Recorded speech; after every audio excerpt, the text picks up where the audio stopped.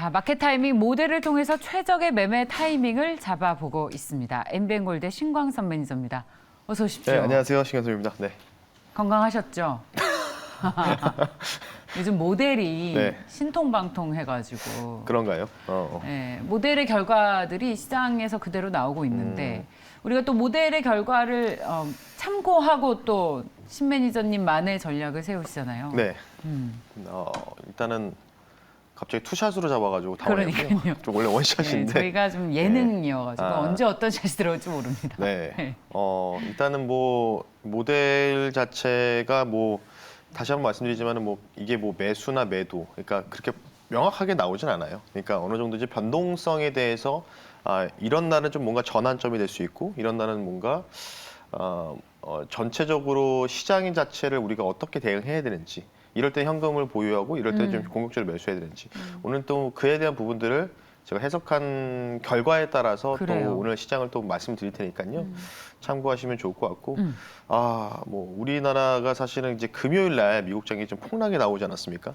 그리고 이제 어제 월요일 날 또 한 번에 또 추가적인 하락이 나오면서 한글날 대체 공휴일인데 사실은 이제 금요일 날 폭락 나와가지고 사실은 대부분의 투자자분들이 월요일 날 우리네가 휴장이니까 다행이다. 다행이다. 라고 생각하시는데 다행이 아니게 됐죠. 지금 어찌 보면은 이틀 동안에 지금 얻어 맞았기 때문에 그 얻어 맞은 부분에 대해서 어느 정도 오늘 우리나라 증시는 대략적으로 코스피 기준으로는 대략 마이너스 1.7에서 1.8 정도로 개파락으로 출발할 거다. 이렇게 보시면 좋을 것 같고, 전반적으로 지금 미국장은 뭐 인플레이션이겠죠. 인플레이션, 그리고 금요일 날 나왔을 때 고용 보고서가 생각보다 너무나 강했던 부분들, 이런 부분들 때문에 미국 시장이 또 긴축이 된 우려감들이 나왔고요. 오늘 새벽에 그 가장 비두기파 인물 중에 한 명이 연준 투표권을 가진 인물 중에서 에반스 총재가 있는데 이분 역시 매파로 돌아섰습니다. 그게 이제 주요하게 시장 하락을 좀 더 가속화시켰던 원인이었다라고 보시면 좋을 것 같고요. 그러면 지금 우리가 역대급의 인플레이션 시대를 경험하고 있지 않습니까? 인플레이션이 지난번에 말씀드렸지만은 과연 연준에서 통제하는데, 컨트롤하는데 얼마나 걸렸을까? 요거를 한번 말씀 한번 드려볼 텐데요. 화면 보면서 말씀드리겠습니다. 인플레이션 통제하는데 8년 걸렸습니다. 8년. 예, 8년 걸렸다고 보시면 좋을 것 같고, 중간에 이제 2년 정도 됐을 때, 2, 3년 차 넘어갔을 때 잠시 CPI가 그 좌측에 보시면 중간에 이제 곡선을 보이실 거예요. 순간적으로 뚝 떨어지는 거 보이실 겁니다. 이게 바로 빨간색 코어 인플레이션인데 순간적으로 떨어졌어요. 그러니까 순간적으로 떨어졌다가 다시 또 올라갔거든요. 그런 부분들. 그래서 이때 당시가 이제 폴 보커 당시인데 쉽게 얘기해서 이때 어떤 현상이었냐면 인플레이션 수치가 15% 정도까지 넘어갔을 때, 최고치가 15% 가까이 됐을 때가 기준금리를 얼마까지 올렸냐? 19%까지 올렸다는 거죠. 19%까지. 예.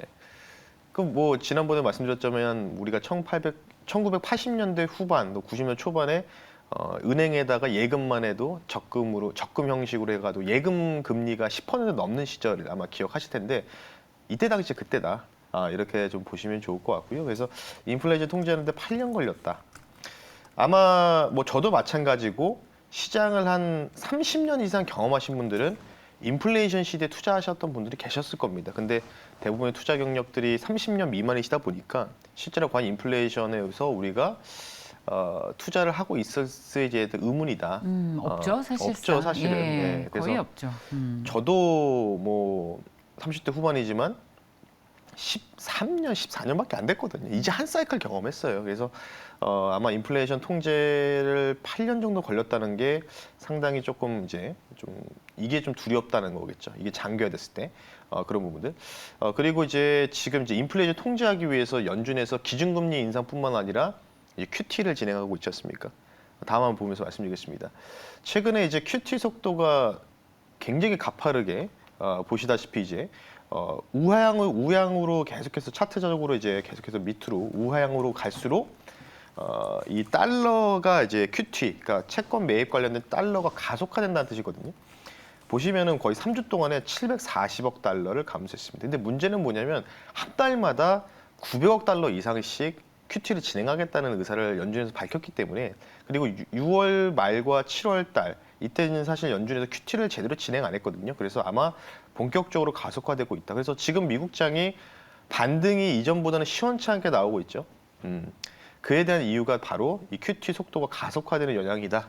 이렇게 보시면 좋을 것 같고, 지난주 월요일, 화요일 날 우리나라 증시가 이제 개천절로 인해서 휴장일 때 미국이 막 미친 듯이 한번 오른 적이 있었습니다. 이틀 동안에 거의 나스닥 기준으로 3%씩 해서 6% 가까이 넘게 올라간 적이 있는데, 다음 보겠습니다. 이때 미국의 헤지펀드는 뭐 했냐면 그 이틀치 월화 폭등 때 주식 비중을 대거적으로 축소했습니다.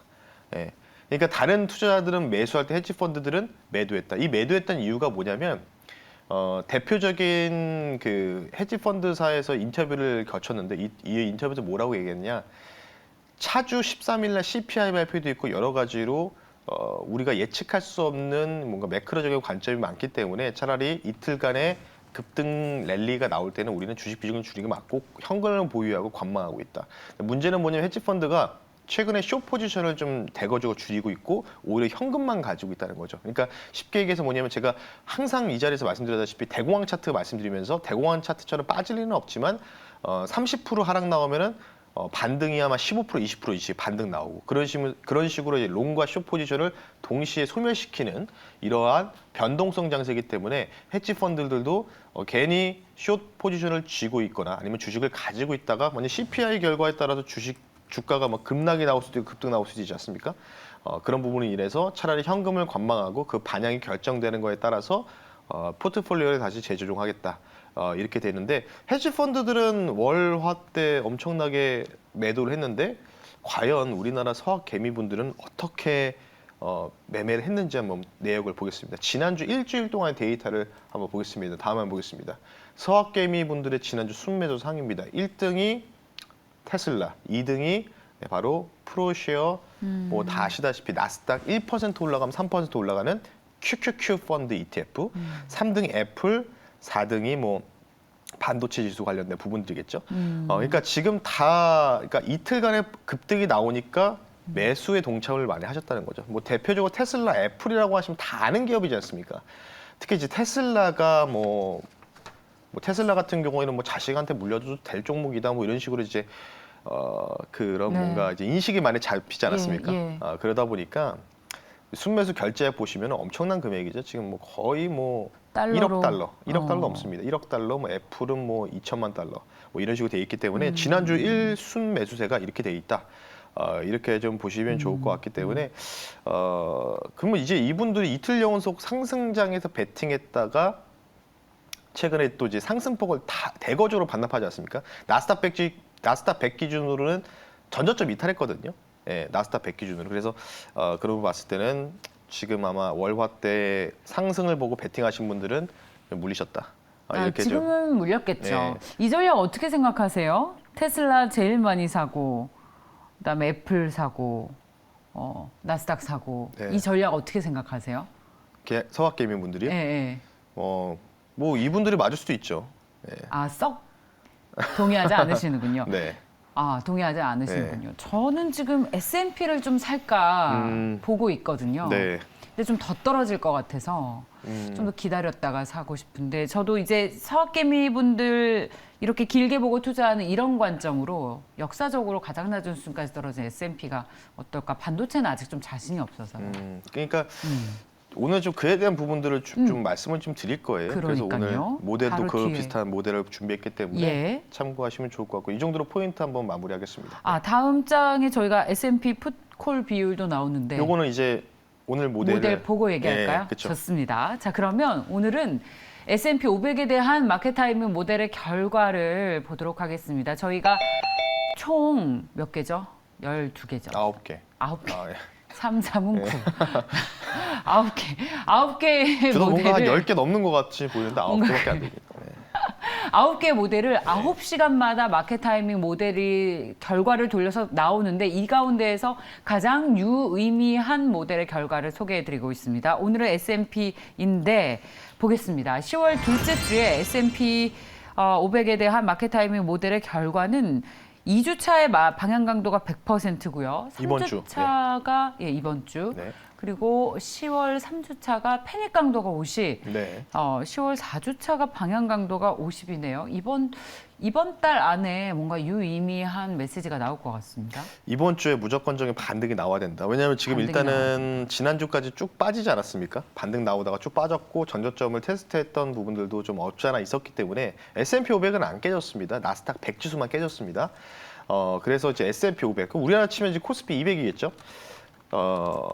이번 주에 반향 강도가 100% 잡혀 있다는 거는 이번 주에 무조건적인 반등이 좀 세게 나와야 된다. 이렇게 좀 보시면 좋을 것 같고, 만약에 반향 변경의 그 반향 강도가 100%인데 반향을 틀지 못하고 실패하면은 10월 4주차까지 조금 이제 하락 가능성이 있다. 그러니까 이번 주, 그러니까 오늘부터 무조건적인 반등이 나와야 된다는 거죠. 더 이상 여기서 전저점을 지켜주는 범위에서 반등이 좀 시도돼야 되기 때문에, 아까 이제 앵커님이 S&P 쪽으로 조금 뭔가 인덱스라든지 이쪽으로 투자하고 싶다고 하셨잖아요. 그러니까 오늘 같은 자리에서 좀 베팅할 만한 자리가 나온다는 거죠. 아, 그렇군요. 그러니까 전저점이 깨지지 않는 범위 내에서를 예. 손젓가락 타이트하게 잡으시고 매매를 하시는 게 제일 좋고, 근데 만약에 반등에 성공하면은 10월 둘째 주, 이번 주니까 3주차, 4주차, 거의 10월 달 내내까지는 반등이 나오다가 10월 마지막 구간에 들어가면은 좀 이제 이 반등이 꺾일 가능성이 좀 있다. 왜냐하면 뒤에가 반향 변경이 좀 잡혀 있지 않습니까? 50%. 네.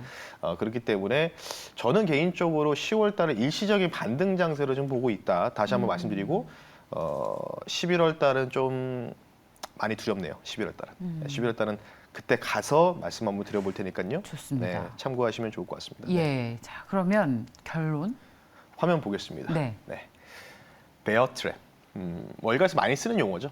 베어 트랩과 불 트랩이 있는데, 베어 트랩은 쉽게 얘기해서 뭐냐면 곰이 이 곰덫에 걸려가지고 순간적으로 이제 탁 걸리면서 아파가 툭 튀는 이제 경우인데, 지금 대부분의 투자자분들이 베어 트랩 환경이 조성돼 있기 때문에 공매도 쇼커버가 들어오면서 주가가 이제 일시적으로 강하게 반등이 나올 수 있다. 물론 그거에 동의합니다. 그래서 그에 대한 반등에서 우리가 동참할 필요는 있다고 보고 있지만, 베어 트랩이 말 그대로 트랩이지 않습니까? 함정에 좀 빠지실 필요는 없지 않을까. 괜히 이거를 먹으려고 하다가, 수익을 먹으려고 하다가 괜히 반등장에서 끝머리에서 괜히 쫓아 들어갔다가 대거적으로 물리셔서 11월 달은 제가 볼 때는 11월 달은 저는 개인적으로 좀 엄청난 폭락장이 올 것으로 생각을 하고 있기 때문에, 이 시점 반등장에서 특히 미국 주식 가지고 계신 분들은 비중을 좀 많이 축소하는 게 좋다. 10월 말일까지 이렇게 좀 말씀을 드리면서 마무리하겠습니다. 한국도 그럴까요? 11월에 어마어마한 폭락장을 예상하고 계시다라고 표현을 하셨는데 영향을 한국장도 받겠습니까? 미국은 많이 빠질 건데 우리나라는 좀 덜 빠지지 않을까? 덜 빠지지 네, 않을까? 이렇게 왜냐면 좀 너무 많이 미리 빠져서. 네, 그런 것도 있고, 미국이 특히 좀 많이 빠질 것 같아요.